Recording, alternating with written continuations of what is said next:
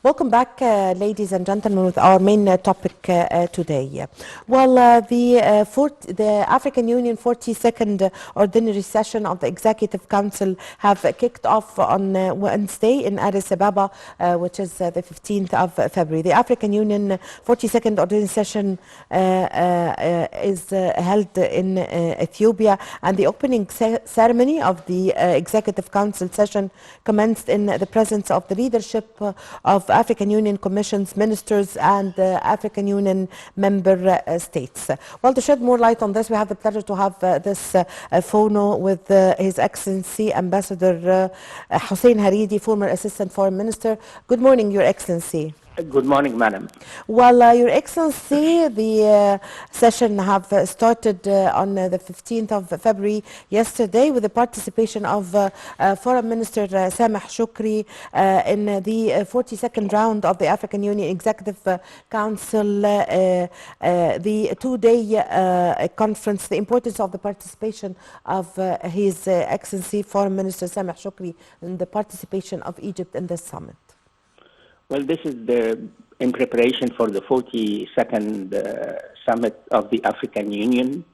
It's a yearly gathering of the African heads of state to chart the program and the way forward for the next 12 months, and to take stock of the implementation of previous resolutions.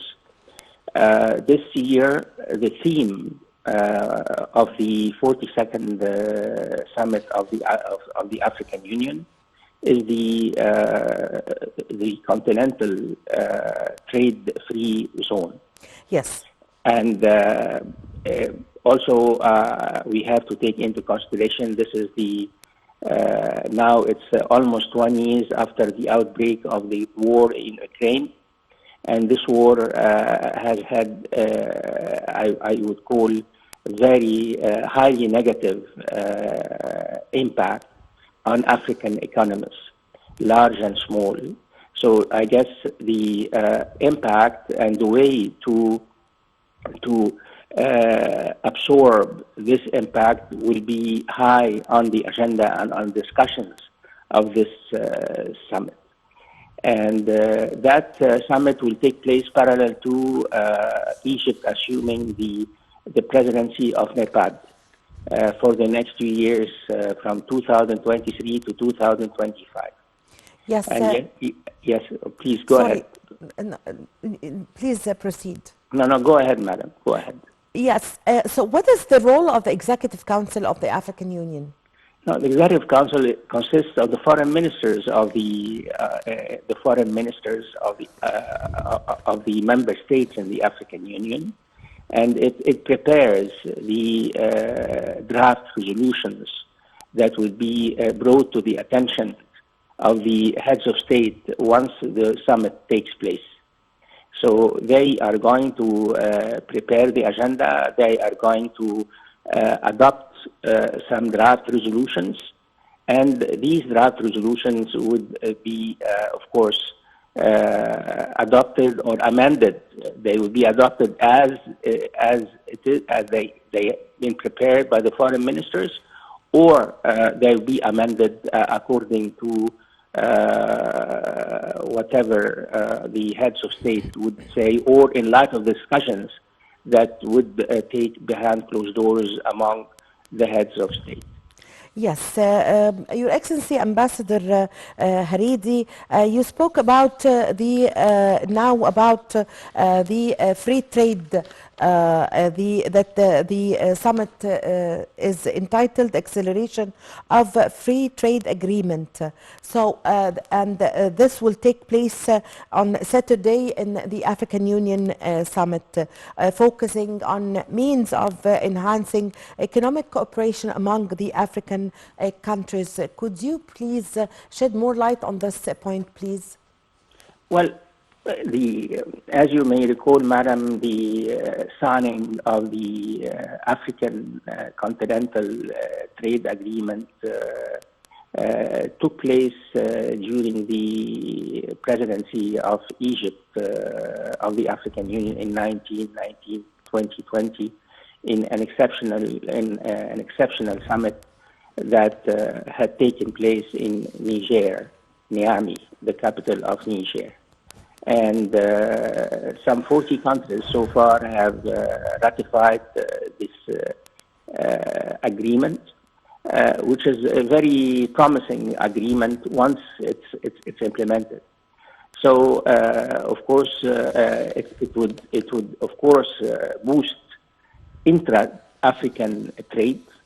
In other words, trade among African countries. It would create jobs, something that is badly needed for the young and women in Africa. And of course, you have, in order to facilitate the implementation or the smooth working of the trade agreement, of course, you have to overcome some administrative obstacles. So I believe that the signatory countries are working on facilitating the process of implementation, madam. Yes, so Your Excellency Ambassador Haridy, also the session is expected to or is already discussing the food crisis and boosting economic integration as well as operating the African Medicine Agency. So what's your comment on this? Could you shed more light on this point? Well, definitely. This summit is taking place, as we said earlier, madam, after a year from the outbreak of the war in Ukraine. African countries have been badly impacted by this war in various fields. First of all, you just referred to one very important one, which is the food security of African countries. And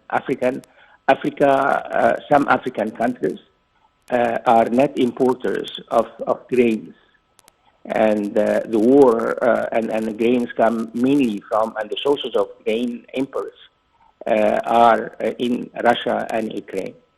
And due to this war, of course, grain shipments really have been slow in coming to Africa, despite the agreement that was signed between the United Nations, Turkey, and the Ukrainian government with the participation of Russia last July. This is the first point, to ensure or to enhance food security of African countries in light of this war. This is the first point.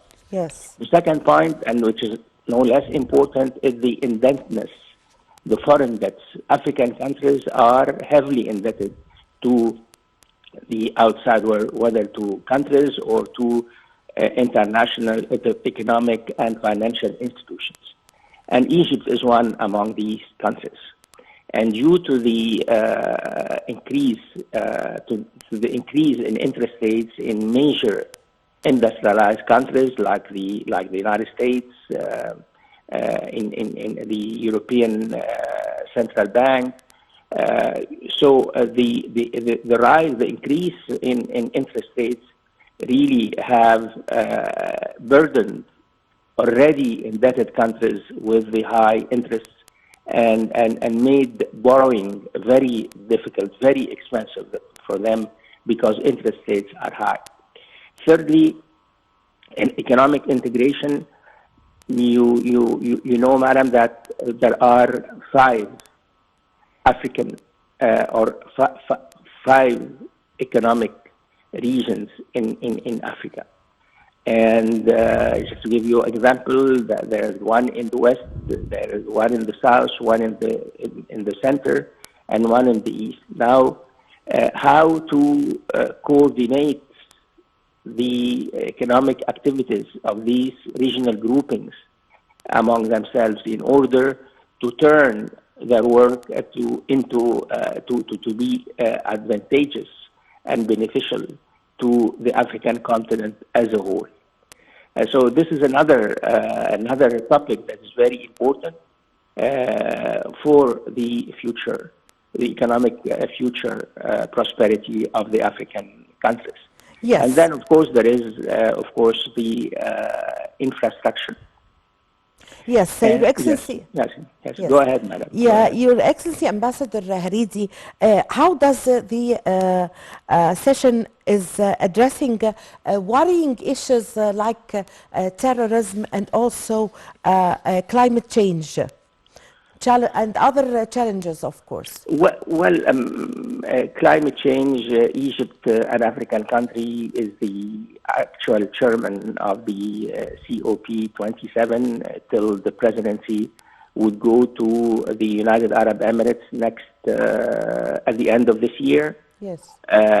So, of course, and during the COP27 summit in Sharm el-Sheikh last November, the emphasis and the stress was on the adaptation and resilience of African countries in dealing with climate change, because African countries, or the African continent, although its contribution to carbon emissions is somewhere between 3.5 and 4%.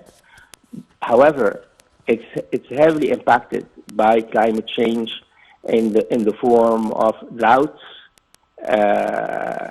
floods, desertification, rising desertification, and the consequences that come out of all these natural phenomena. Yes. So I guess all these topics do have direct relationship with terrorism. And speaking of terrorism and fighting terrorism, now we are facing two conflicting phenomena in Africa, in some parts of Africa, particularly in sub-Saharan Africa. On the one hand, Western countries are withdrawing in the fight against terrorism because of some misunderstandings between these Western countries and the host countries, like Burkina Faso, Mali. And then the second thing, which is very alarming, is that the terrorist groups are spreading in Western Africa, particularly the group that calls itself the Islamic State, so-called Yes. Islamic State. Yes. So, of course, there are resolutions. I have to underline that in previous summits, the African heads of state have adopted resolutions on all these issues. These are very important issues for the future of Africa. And Yes. The 42nd summit in few days, madam, would be the occasion to review the progress achieved so far on all these questions. Yes, I thank you very much for your time. Thank you for your valuable information. Ambassador Hussein Haridy, former Assistant Foreign Minister, thank you very much for joining us over the phone. With this, my dear viewers, we come to the end of this episode of our program, The Breakfast Show. I was in the company of my colleague, Nashwa Rashid. My name is Amal Mukhtar. Thank you for watching.